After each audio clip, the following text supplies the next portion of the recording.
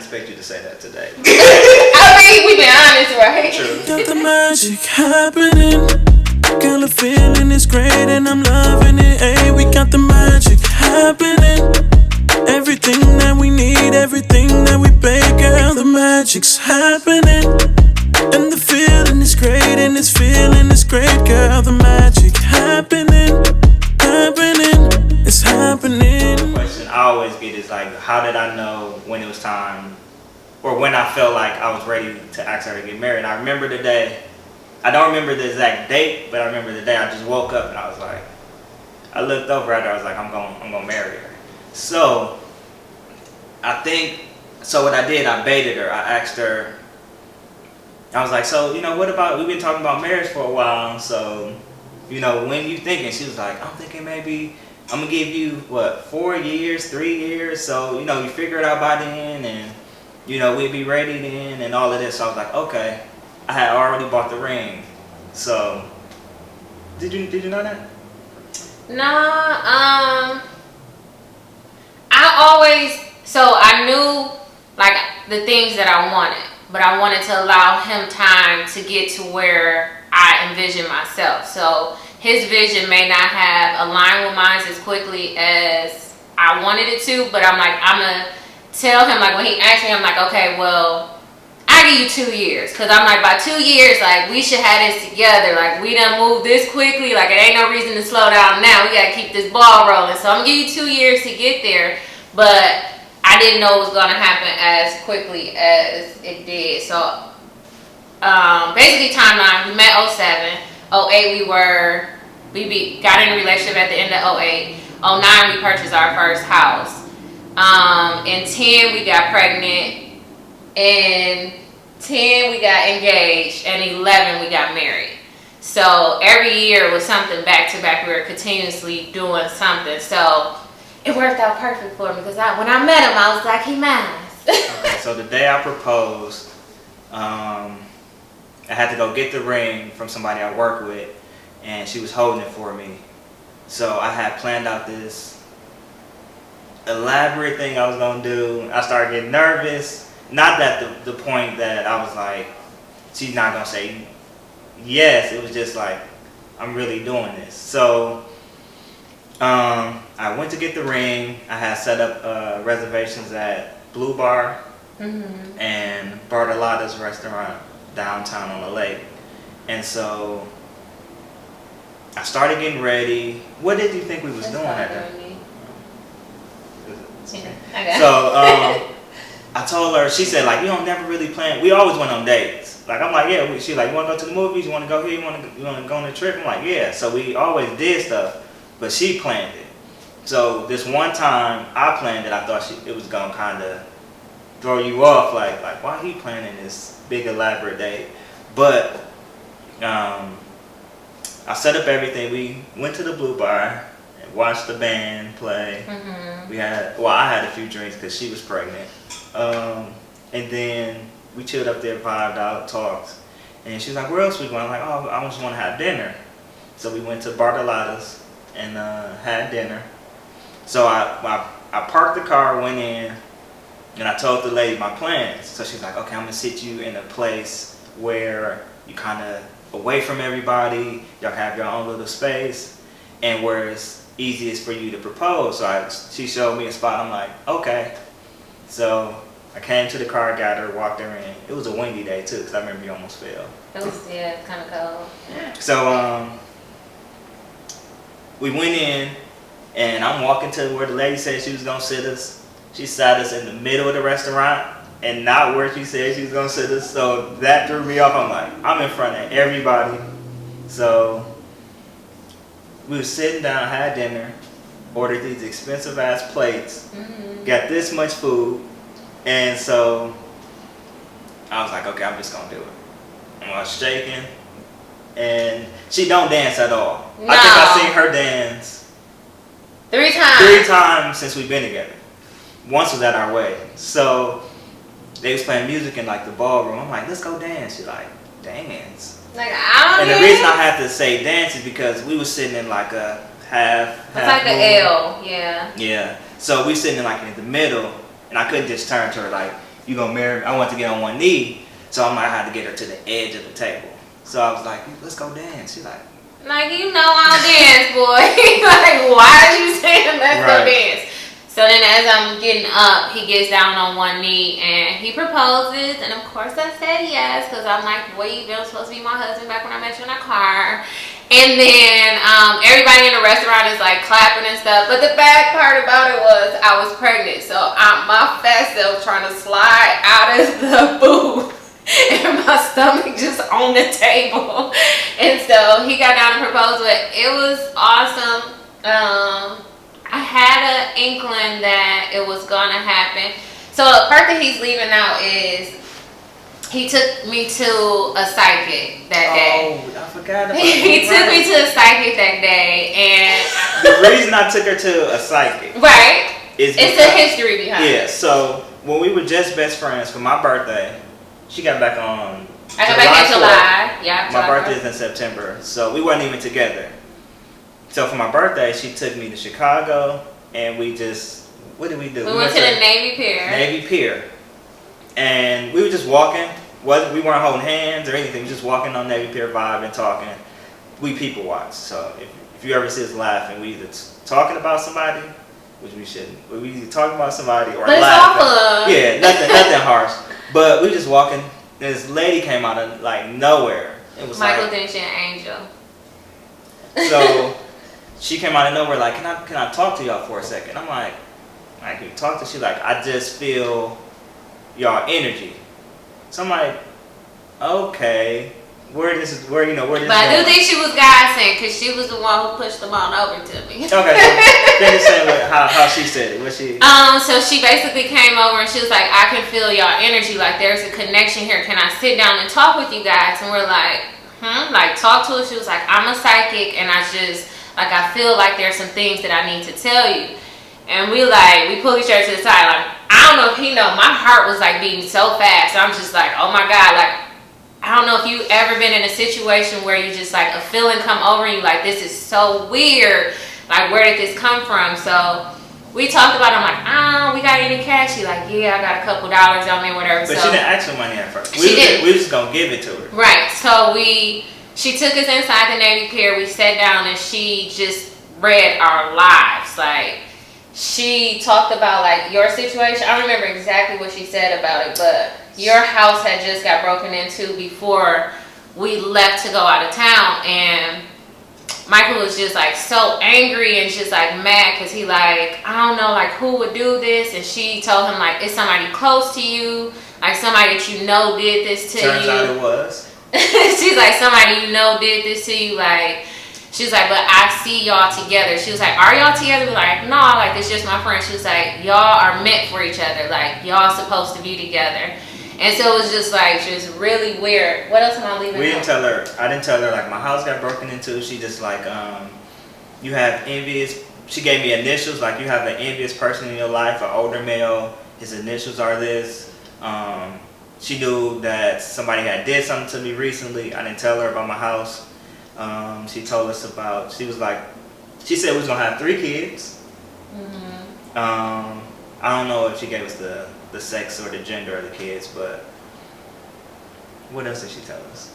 I just remember she saying like, y'all have like a really good friendship and foundation, and like, I see y'all being together. So that was her thing. That's the only thing she remembers. Yeah, we gonna be together, so. Like, look at God. So that's why I took her to the psychic the day I asked to marry her. After we talked to the lady, we gave her I gave her the donation, and we kind of stood up and like, we was just like, because she said, you could give me something, you don't have to, but I just feel like in my spirit I have to tell you guys something. We took maybe 4 or 5 steps from here to there and turned around, she was gone. And it wasn't like super packed, so it's all like. And we weren't outside, we were like in a hallway, like on the Navy Pier. So where could she have went? Yeah, so it's just like, that was creepy, and we young. We was only 21, so we like. Yeah, I had turned 21 that day. Yeah, so we was just like, wow, like, that's crazy, and then just went and got drunk. But in reality, like, she basically told us our lives. I don't really have a problem with like social media as far as like being on it, because like, I don't know, it just don't seem like a thing to me. But like, say for example, like we here right now, we kicking it. Say like we just chilling watching a movie and stuff, right? And you like got your phone out and you just on it. Like, I don't know, it just feel weird to like be like, yo, like we right here in like an intimate setting, like we can be having like whatever you searching for on that phone and all these other people's lives and stuff. Like you could be building and bonding with me right next to you. So the fact that you like take the time to like be on like social media and be more like aware of like what's going on in everywhere but where you are immediately at, it makes me feel like, you know what I'm saying, like, yo, like, well, you might as well just go. Like, I can be alone right now. Like, I'm used to, like, I ain't tripping off you wanting to be like that, but you, like, taking my time. Like, this could be my time. Like, what is you here for if you going to be, you know what I'm saying, going through your phone and stuff? So, like, you put that in different settings. Like, say we out to dinner or something, and somebody, like, more conscious of, like, the fact that they haven't been, like, keeping up to tabs on, like, what's going on Facebook or Twitter or whatever. You like, damn, you know what I'm saying? Or like you like in the crib watching TV, they doing it, dinner, any setting where you would think like conversation would be like back and forth flowing. That is the only time, like, you know what I'm saying? So it ain't so much of a social media thing, just being on your phone, like, you know, you want to have like undivided attention, or at least you want to be available or have a conversation, because that shows like like you're not interested in it or something, like whatever it could mean. Like it just feel weird. But like other than like that, like being on social media, like I don't know. I think like a lot of the stuff is killed with like what I'm attracted to in a woman. So like like I said, like how you carry yourself in appearance, like that kills two birds with one stone. Because like I would never be attracted to the type of person that be like talking all wild and reckless on social media, because that's not like how I would. I'm not attracted to a woman that carries herself in that nature. So like, I don't know. Like I think that kills that social media thing. But it's a different time now. So like, everybody be on their phones 24/7. Me too. Like I ain't. But it's like I feel like the key is when you be on your phone. You know what I'm saying? And I'm like a lovey-dovey type of dude anyway. So like, I wake up in the morning, I'm trying to be on my lovey-dovey. You know what I'm saying? What way? You wake up on your phone and you like, it's not going to like mesh well, you know what I mean? Oh, you huge on that. I think social media for me and my relationship, I'm not huge on social media as long as you respect me and you know what you have. I feel like I'm a woman, so I know the ulterior motives that another woman has with a man. So I feel like social media is all fun and games, and it's always that one or somebody who's trying to one up you or feel like they have access to your man and you don't know nothing about it, right? So, you know, women are shady sometimes, and in the social media world, it could get a little bit crummy. So we just kind of want to be able to respect ourselves and respect our relationship, knowing like, hey, look, this conversation kind of have to cease, or it's gonna have to be a conversation that everybody could see, because it's more of like, hey, how you doing? I haven't talked to you in a while type of conversation. But with Austin, it's kind of like he's so friendly, and he really don't see that, like, she may be trying to get at me. And I feel like if you gonna have a friend, she gotta be my friend too. We're open about social media. He has this name for me. Oh, this is good. And I do not agree with it. What was the name? You said. Social media whore. He says that because of me posting. He says I post a lot. Yeah, so what's a whore do? A whore keeps it going. She going all day and all night. It's irritating to my soul because I am not that. I am not. I post inspirational quotes. I mean, we can go to my social media. Why are you laughing? Okay, keep going. Really? Keep going. I'm sorry. Keep going. I do. I post. I'm in nursing school. I post nursing stuff. I post pictures of us Keep going. Anyways. Social media, so you have to understand the context that I'm placing it in. I'm not placing a social media whore in the fact that you're a video vixen or you're putting provocative pictures out there. When I say you're a social media whore, I mean that everything you do is on social media. Everything I do is not on social media. What I mean when I say social media whore is someone who puts several posts up. She posts something on IG story every day. It's not like I post I'm just saying every 1,000 things on there though. Every single day. Just because he hardly posts. Is that if we're in a relationship and we're doing our thing, some things should be, intimate, some things should be, private. And then the real question I have, I don't think I asked her is, why does she feel the need to post all these things on social media so much? Again, I don't. I have a business, so if I'm supporting my business, or I'm posting something to, one of my other brethren's businesses or something like that, and I do post her. I have, but when I do it, it's when I'm just like really feeling it. It's like that. But I feel like her posts are inundated with lots of these things, and I could be taken out of context, but that's how I feel about it. So maybe I feel it a lot of times more than you do, clearly. And I post what I feel, and women tend to be more emotional than men. I post things like pictures or quotes. Pictures of me in the bed. So that's what he's getting to. He didn't like the fact that I had posted a picture. It wasn't nothing like,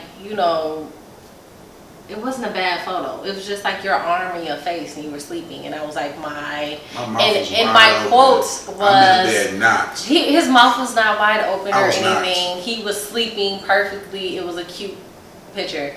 And my quote for it was, my favorite part of the morning is waking up to you, something like that. So he totally ignored the quote and just was like, why did you post this effing picture? And I'm like, what? What's wrong with it? Like, what's wrong with it? Ignored. But, I mean, we had a conversation about that, and I agreed not to post any more pictures of him sleeping. She apologized. So how we handle social media? We didn't at first. Yeah. So I don't think a lot of people know. I didn't have social media for a long time. Like, I just got on Facebook a year ago. I always had it, but I didn't open it or use it, and then I had an app. So I recently got on there a year ago. Mm-hmm. And I always told her, like, we ain't never getting social media. Like, no Instagram, no Facebook, because it's always We used to say Facebook is the devil. Because it was just, and not in a religious way. Just like, I seen nothing come good out of Facebook. But with the type of relationship we have, the trust that we have, is like, why not?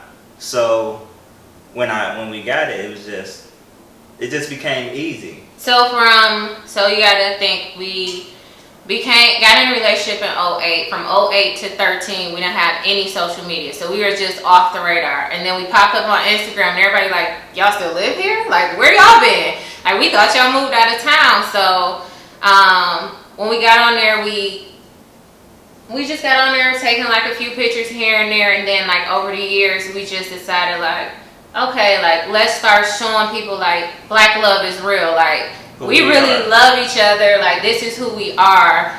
Like, here's a glimpse into who the Gusters are. And so that's why we created like the Guster page, so people could see like, okay, like, you can really be friends with your mate, and everything is not always bad. And everybody that's on social media is not faking like they're happy. Like, some people are happy and we're one of them. So I feel like a lot of people believe like your social media is your representative. That's who you want everybody to view you as, your filters, and some people either post the good and the bad, or just the good, but I feel like we just post who we are, and it's organically, it's positive.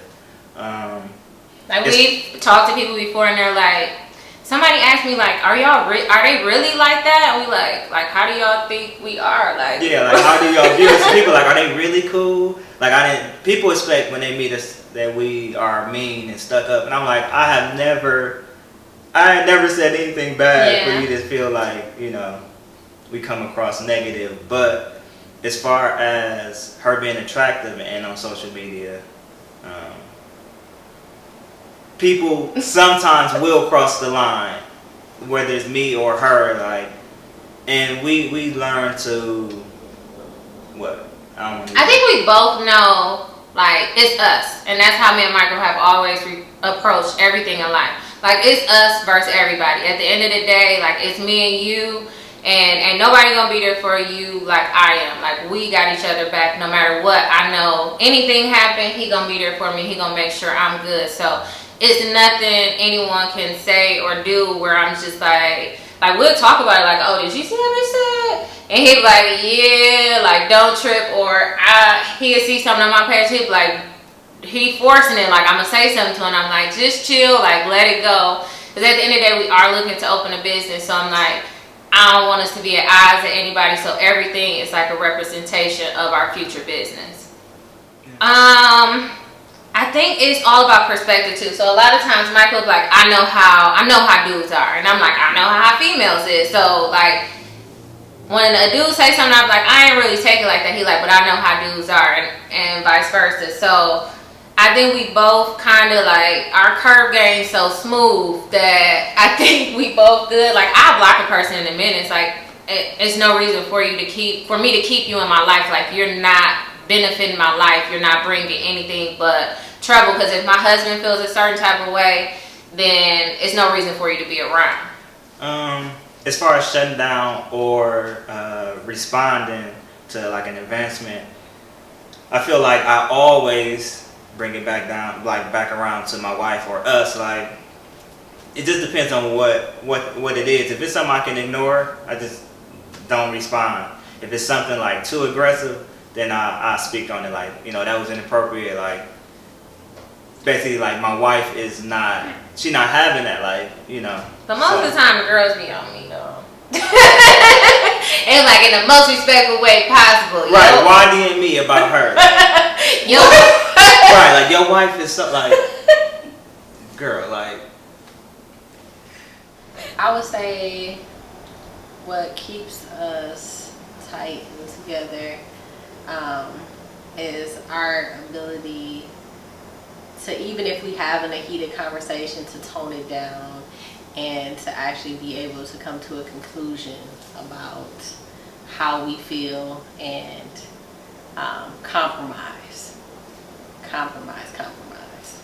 And our ability to laugh and enjoy each other and still say I love you and good night and still express how we feel for each other. Like, I'm mad at you, but as he say, I love the fuck out of you. But yeah. Hallmark answer. I mean, for me, like, I keep it buck and just like, it's, even if she mad, like, she's still gonna text me and say, hey, I cooked, you know, chicken, fried cauliflower rice, and bacon wrapped asparagus. And so, you coming over for dinner? And it's like, hell yeah, I'm coming over for dinner. You know what I mean? Like, you know what I mean? It's that type of support. It's her being her womanly self, and you know, that's what, you know, I enjoy, you know, so much, and her attention to me and what she gives me is like nothing I've ever felt before. As nourished lately, I would say we've been on a different, I don't want to say wavelength. Like, we both have tried to improve ourselves individually and collectively. So we've been doing a lot of positive things. We've been feeding our spirits.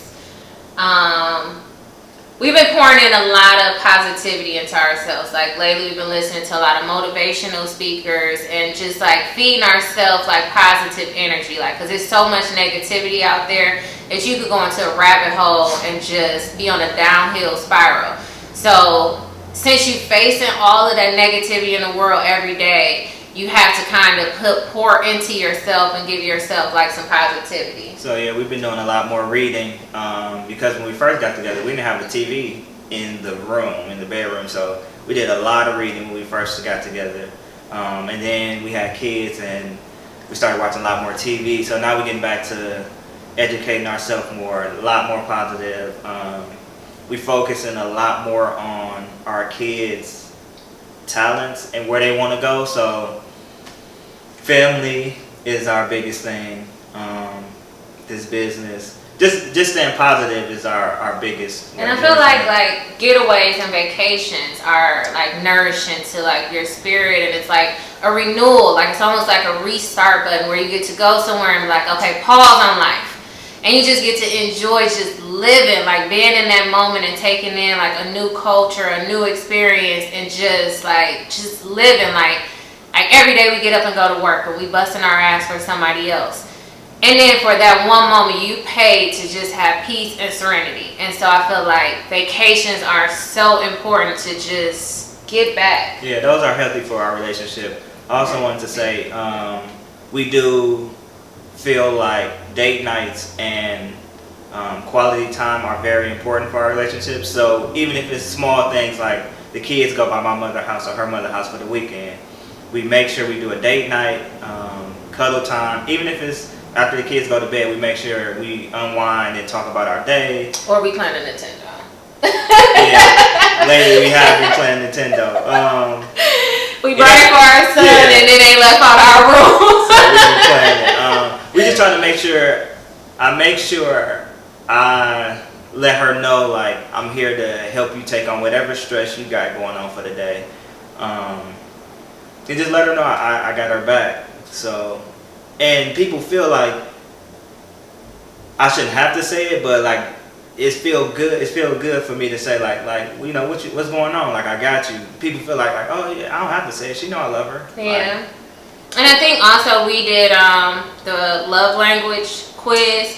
So I think like that's important. So like we did the love language quiz, and we know like what our love languages are. So I try to feed into what his love language is, and he tries to feed into mine, so that we make sure like because how I like to be loved is different from how he likes to be loved. So I need to make sure like I am like cuddling and being under him and like giving him that touch and sexual desire. So I didn't want to say, when we first got together, we went to a marriage retreat and we did a love language quiz, and they were in a certain order from 1 to 4. Mine was still different from hers, and then we retook it recently, and mine's changed. And hers changed. So the way she wants to be loved from the beginning of our relationship to now is different. So now I know like we both, our number one is what? Quality time. Quality time. Your second one is words of affirmation. So I make sure. No, acts of service and words of affirmation are my top 2. So top 3. Yeah, so acts of service. I make sure I help her around the house. I make sure, put gas in the car. Wherever she needs me to do, I make sure I do that. Also complimenting her, letting her know I'm there. And so I felt like we recently had like a major breakthrough when we figured out her love language changed, and me being able to love her the way she needs to be loved has improved us. Yeah. And then we also created like a safe word recently. It's like if he feels like I'm shutting down, we created a safe word. So now I'm like, okay, like if he said a safe word, I gotta like snap out of it and be like, okay, let me put myself to the side and focus on us and try to like work through this. Like I know it's hard for me to just say things on the spot when we're going through something, but let me do it because like he said the word. Yeah, so we agreed to meet on ground zero. Whether you're mad, I'm leaving, whatever the case, if she says it, then we meet on ground zero and working it out. The magic happening, girl, the feeling is great and I'm loving it. Hey, we got the magic happening.